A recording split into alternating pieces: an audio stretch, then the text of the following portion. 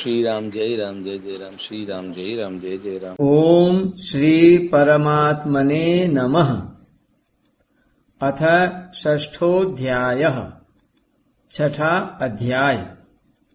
श्री भगवानुवाच अनाश्रितः कर्मफलं कार्यं कर्म करोति यः स सन्न्यासी च योगी च न निरग्निर्न चाक्रियः। श्री भगवान बोले, कर्म फल का आश्रय न लेकर जो कर्तव्य कर्म करता है वही सन्यासी तथा योगी है, और केवल अग्नि का त्याग करने वाला सन्यासी नहीं होता तथा केवल क्रियाओं का त्याग करने वाला योगी नहीं होता।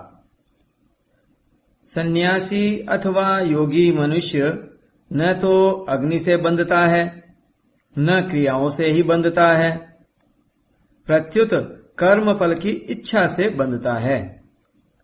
फले सक्तो निबध्यते। अतः जिसने कर्म फल की इच्छा का त्याग कर दिया है वही सच्चा सन्यासी अथवा योगी है। कर्म फल की आसक्ति का त्याग करने से परम शांति की प्राप्ति हो जाती है। त्यागात् शान्तिरनन्तरम्। अतः सच्चा त्यागी भी वही है जिसने कर्म फल की आसक्ति का त्याग कर दिया है। यस्तु कर्म फल त्यागी स त्यागीत्यभिधीयते। यम संन्यासमिति प्राहुर योगम तम विद्धि पांडव न ह्यसन्न्यस्त संकल्पो योगी भवति कश्चन। हे अर्जुन, लोग जिसको सन्यास ऐसा कहते हैं उसी को तुम योग समझो, क्योंकि संकल्पों का त्याग किए बिना मनुष्य कोई सा भी योगी नहीं हो सकता। सांख्य योग और कर्म योग दोनों साधन अलग अलग होने पर भी संकल्पों के त्याग में एक हैं।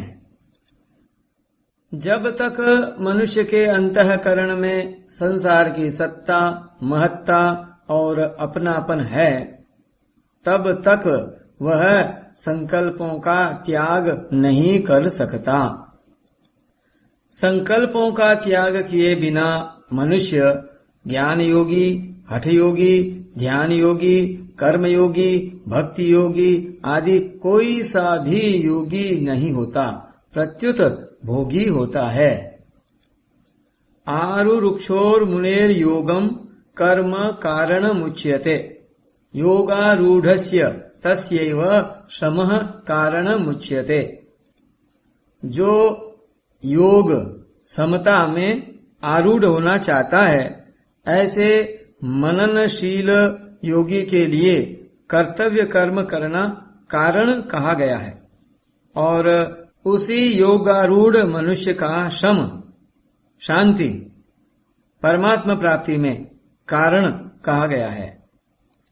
निष्काम भाव से केवल दूसरे के लिए कर्म करने से करने का वेग मिट जाता है।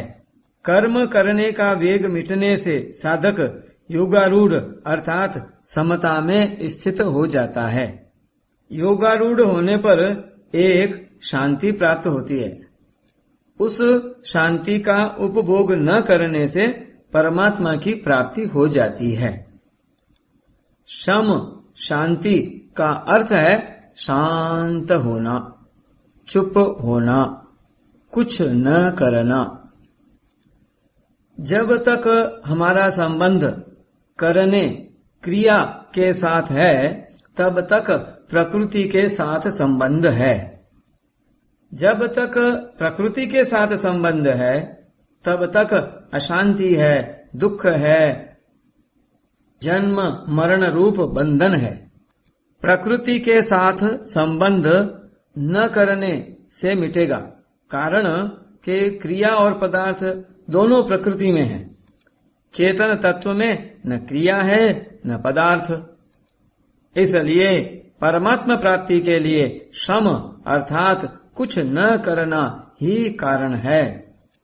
हाँ, अगर हम इस शांति का उपभोग करेंगे तो परमात्मा की प्राप्ति नहीं होगी। मैं शांत हूं, इस प्रकार शांति में अहंकार लगाने से, और बड़ी शांति है, इस प्रकार शांति में संतुष्ट होने से शांति का उपभोग हो जाता है। इसलिए शांति में व्यक्तित्व न मिलाए। प्रत्युत ऐसा समझे कि शांति स्वतः है। शांति का उपभोग करने से शांति नहीं रहेगी, प्रत्युत चंचलता अथवा निद्रा आ जाएगी। उपभोग न करने से शांति स्वतः रहेगी। क्रिया और अभिमान के बिना जो स्वतः शांति होती है वह योग है। कारण के उस शांति का कोई कर्ता अथवा भोक्ता नहीं है। जहां कर्ता अथवा भोक्ता होता है वहां भोग होता है। भोग होने पर संसार में स्थिति होती है। यदा हि नेन्द्रियार्थेषु न कर्मस्वनुसज्जते सर्वसंकल्प सन्यासी योगारूढ़स्तदोच्यते। कारण कि जिस समय न इंद्रियों के भोगों में तथा न कर्मों में ही आसक्त होता है, उस समय वह संपूर्ण संकल्पों का त्यागी मनुष्य योगारूढ़ कहा जाता है। संसार का स्वरूप है पदार्थ और क्रिया।